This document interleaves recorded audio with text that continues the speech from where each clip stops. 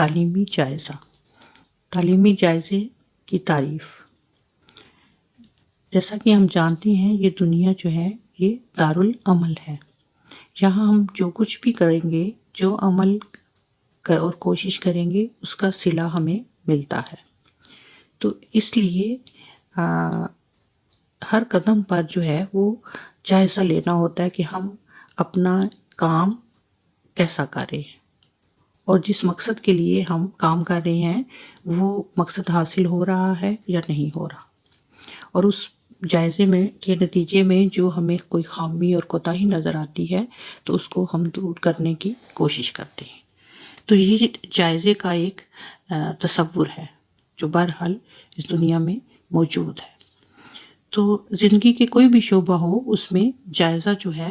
وہ ہمارے ہر عمل کے ساتھ جڑا ہوتا ہے۔ ہر کوئی اپنے کام کا، اپنے عمل کا جائزہ کسی نہ کسی انداز، طریقے سے اور مختلف ٹائم پیریڈ کے لحاظ سے لیتا رہتا ہے تاکہ اس کو پتہ ہو کہ اس کا جو کام ہے، کارکردگی ہے، وہ کیسی ہے، اس میں کہاں پہ خامی ہے اور کہاں پہ اس میں مزید بہتری کی گنجائش ہے۔ تو اسی طرح یہ جو تعلیم کا عمل ہے اس میں بہت کام ہے، بہت کوشش ہے اس ٹیچر کی اور اسٹوڈنٹ کی۔ تو جب استاد اور طالب علم جو ہے وہ تعلیمی عمل میں مصروف ہوتے ہیں، تدریس اور تعلم کو حاصل کرنے کے پروسیس میں ہوتے ہیں، تو پھر ان کو بھی دیکھنا پڑتا ہے کہ جو وہ کام کر رہے ہیں وہ کتنا کامیاب ہوا ہے۔ تو تعلیم کے شعبے میں، تعلیم کے عمل میں ہم دراصل اس بات کا جائزہ لیتے ہیں کہ جو مقاصد ہم نے تشکیل دیے تھے اور جن مقاصد کو لے کر ہم نے تعلیم کا عمل شروع کیا تھا وہ مقاصد کس حد تک پورے ہوئے ہیں، ان کو حاصل کرنے میں کتنی کامیابی حاصل ہوئی ہے، اور اگر ان میں کوئی پورا ہونے میں کمی ہے تو پھر وہ کمی جو ہے وہ اس جائزہ لیا جاتا ہے کہ کس وجہ سے ہے، اور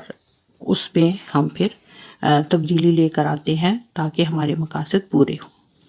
یعنی ہم نے اس بات کا جائزہ، تعلیمی جائزے کا مطلب یہ ہے کہ ہم نے اس بات کو دیکھنا ہے کہ ہمارے جو تعلیمی یا نصابی مقاصد ہیں وہ حاصل ہو رہے ہیں یا نہیں ہو رہے، اور ہم جس طرح کی کرداری تبدیلیاں طلباء میں پیدا کرنے چاہتے ہیں وہ تبدیلیاں واقعہ ہو رہی ہیں یا نہیں ہو رہی۔ اس چیز کا نام تعلیمی جائزہ ہے۔ تو تعلیمی جائزے کے مقاصد کیا ہیں؟ اس میں ایک مقصد تو یہ ہے کہ ہم ایسے اعداد و شمار اکٹھے کریں جن سے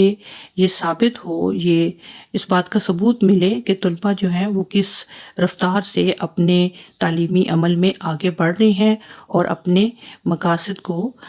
تعلیمی مقاصد کو حاصل کرنے کی طرف جا رہے ہیں۔ اس کے علاوہ اساتذہ اور جو انتظامیہ ہے، جو نگرانی کرنے والے لوگ ہیں، جو تعلیمی عمل کی نگرانی کرنے والے لوگ ہیں، وہ جائزے کی مدد سے اس قابل ہو جاتے ہیں کہ ان کو پتہ چلے کہ جو تدریسی سرگرمیاں اور تدریسی تجربات انجام دیے جا رہے ہیں وہ کس حد تک مؤثر ثابت ہوئے ہیں، یعنی جو کچھ وہ کر رہے ہیں کام، ان کا کام جو ہے وہ کتنا مؤثر ثابت ہو رہا ہے اور اس کے نتائج کیسے آ رہے ہیں۔ اس کے علاوہ ایک مقصد یہ بھی ہوتا ہے کہ طلباء کے اندر اگر کوئی کمی یا خامی رہ گئی ہے تو ہم اس کو بھی جائزہ لے سکیں، معلوم کر سکیں کہ کسی خاص طالب علم میں کس قسم کی کمی ہے، اور اس کمی کو، اس خامی کو دور کر کے اس کو بہتر رہنمائی کر سکیں، بہتر انداز میں اس کو تعلم فراہم کر سکیں۔ اور ایک اور مقصد یہ ہے کہ ہم جائزے کی روشنی میں یہ دیکھیں کہ طلباء جو ہے